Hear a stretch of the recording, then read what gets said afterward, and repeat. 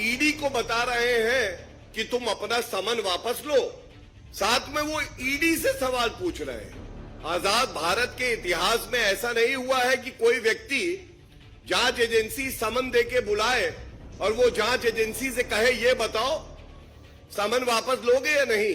अराजकता का पर्याय कोई है जिसके डीएनए में अराजकता है, कानून को तोड़ना है, भ्रष्टाचार है, लूट खसोट है, कमीशन खोरी है, चोरी है, तो वो अरविंद केजरीवाल है। आदरणीय संजय मयूख जी, बहुत बहुत धन्यवाद।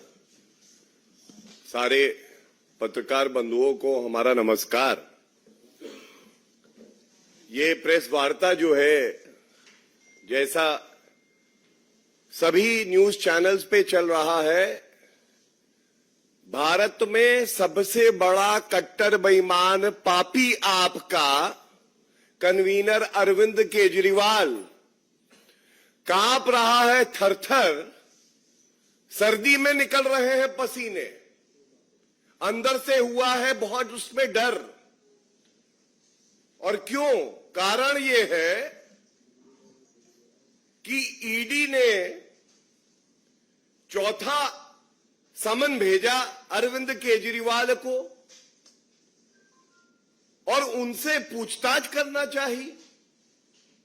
ये तो न्याय संगत है, कानून संगत है, लेकिन अरविंद केजरीवाल ऐसा क्या हुआ कि सर्दी में आप के पसीने छूट रहे हैं, आप थरथर कांप रहे हैं, आपको डर लगने लगा है, आपको ये जानकारी हो गई है कि जेल की सलाखों के पीछे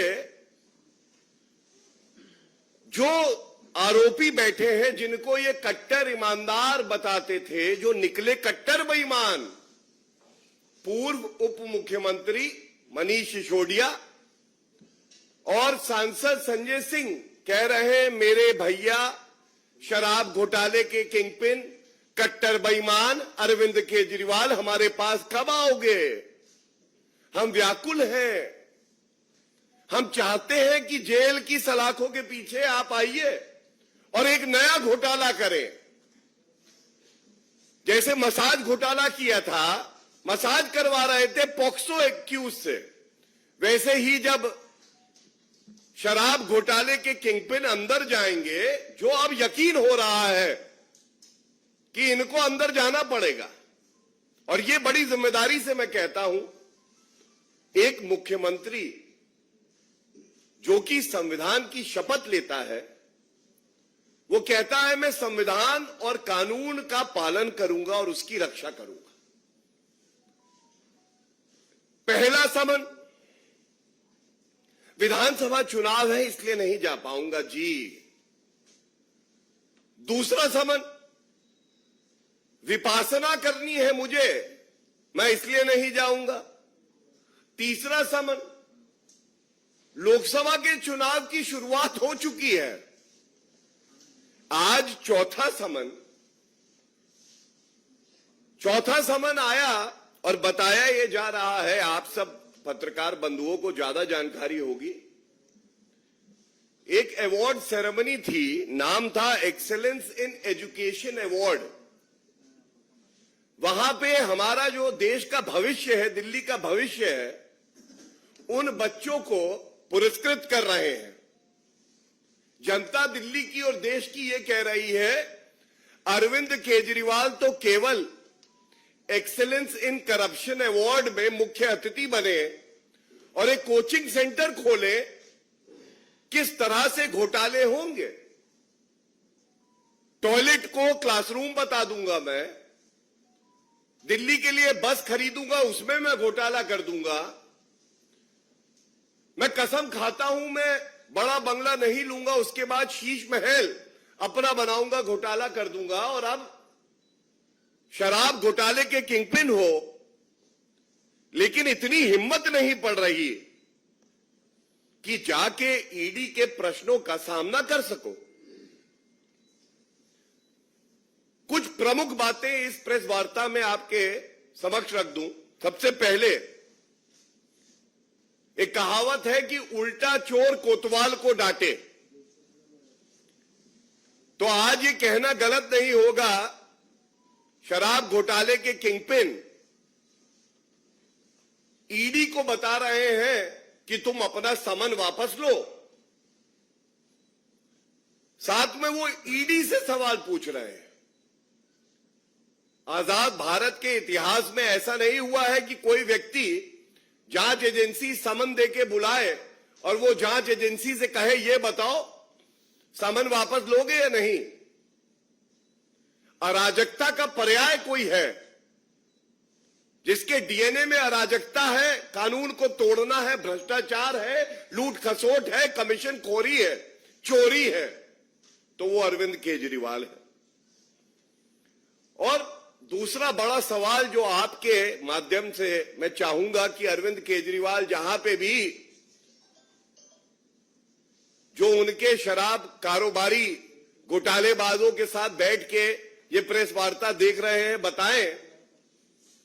पहला समन आया 2 नवंबर 2023 को आपको जांच एजेंसी के सामने जाना था। करीब करीब 2.5 महीने का समय बीत चुका है।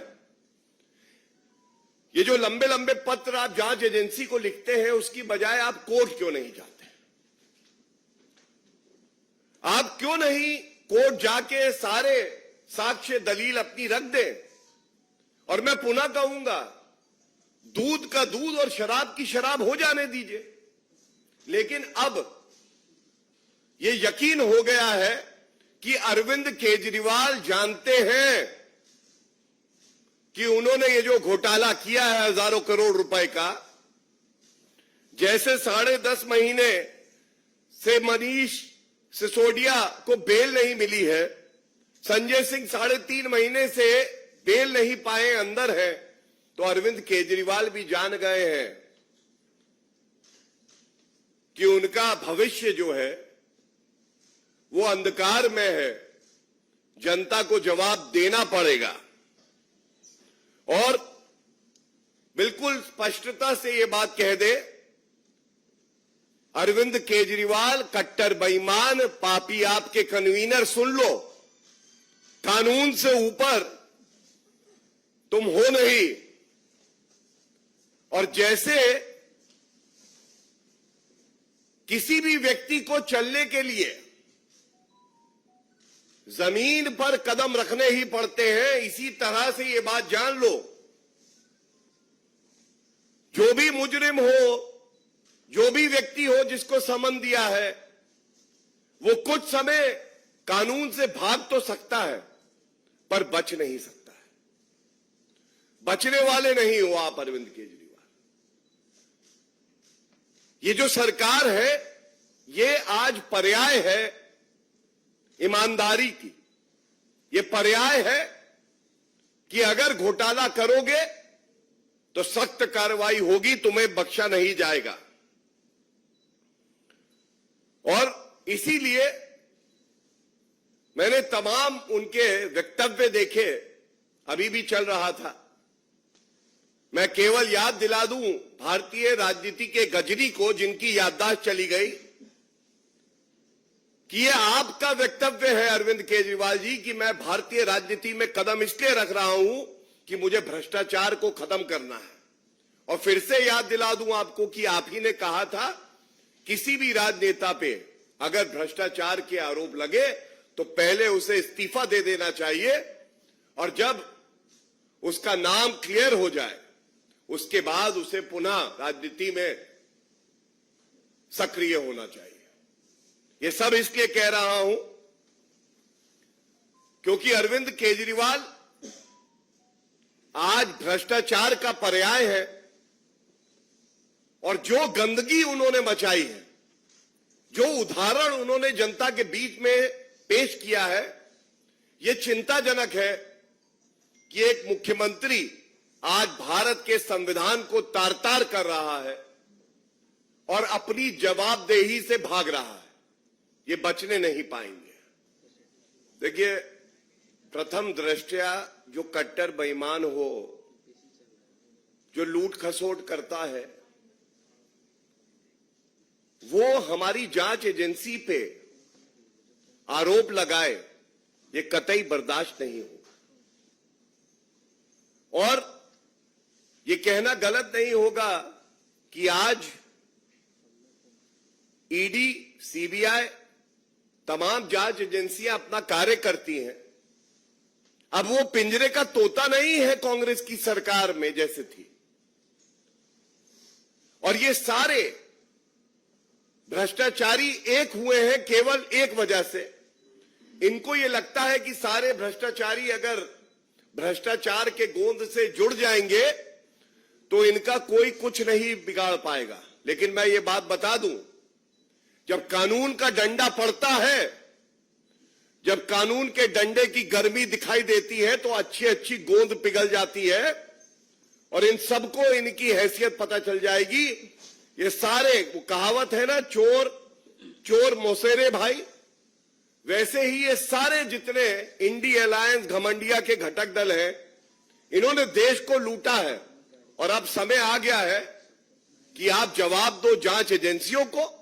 और अगर आपको ऐसा प्रतीत होता है कि राजनीतिक द्वेष से यह कार्रवाई हो रही है तो न्यायालय का दरवाजा है, आप खटखटाओ, अपनी बात रखो।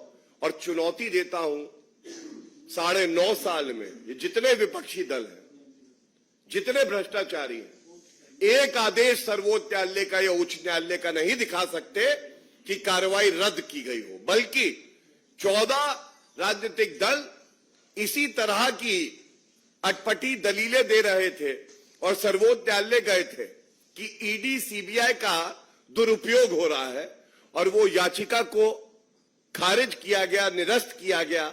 और ये करारा थप्पड़ था हर उस भ्रष्टाचारी के गाल पर जिसको ये गलतफहमी है कि वो कानून से ऊपर है। देखिए, जब भ्रष्टाचार कर रहे थे तब इनको लगता था कि भ्रष्टाचार करूंगा और मेरी गर्दन जो है वो कानून का जो शिकंजा है, पंजा है, वो पकड़ नहीं पाएगा। अब तो इतना डरे हुए हैं कि बता रहे हैं कि ढोंगी अरविंद केजरीवाल सुंदरकांड का पाठ पढ़ रहे थे। कल की बात है। मैं केवल एक बात कहूंगा, हमारे आराध्य हैं, प्रभु राम से कुछ सीखें। राम राज्य क्या होता है ये जानने की आवश्यकता है। और ये इसलिए कह रहा हूं कि ये वो अरविंद केजरीवाल है, हमारा स्वास्तिक का चिन्ह है, पावन है, पवित्र है। इनकी पार्टी एक झाड़ू स्वास्तिक चिन्ह को दौड़ाते हुए दिखा रही थी। और ये वो अरविंद केजरीवाल है जिनके विधायक राजेंद्र गौतम जो मंत्री रहे हैं, उन्होंने हिंदू धर्म के खिलाफ क्या क्या बात नहीं कही। तो प्रभु राम हो, ईश्वर हो, वो हमेशा उसके साथ है जो सत्य की राह पे चलता है। जो पाखंडी होता है, ढोंगी होता है, भ्रष्टाचारी होता है, लूट खसोट करता है, कमीशन खोरी करता है, चोरी करता है, कट्टर बेईमान होता है, उसको केवल श्राप मिलता है। और श्राप मिलने के बाद उस व्यक्ति का क्या होता है ये हमने देखा है गुजरात में। और हमने देखा है कि अरविंद केजरीवाल की पार्टी का सूपड़ा साफ हो गया। जो 5 प्रदेशों में चुनाव हुए, खासकर छत्तीसगढ़, मध्य प्रदेश और राजस्थान में, जमानत जब्त होने का कीर्तिमान किसी ने बनाया है तो वो अरविंद केजरीवाल है। और इनकी पार्टी को नोटा से कम वोट मिले। फिर मिलेंगे। बहुत बहुत धन्यवाद। Thank you.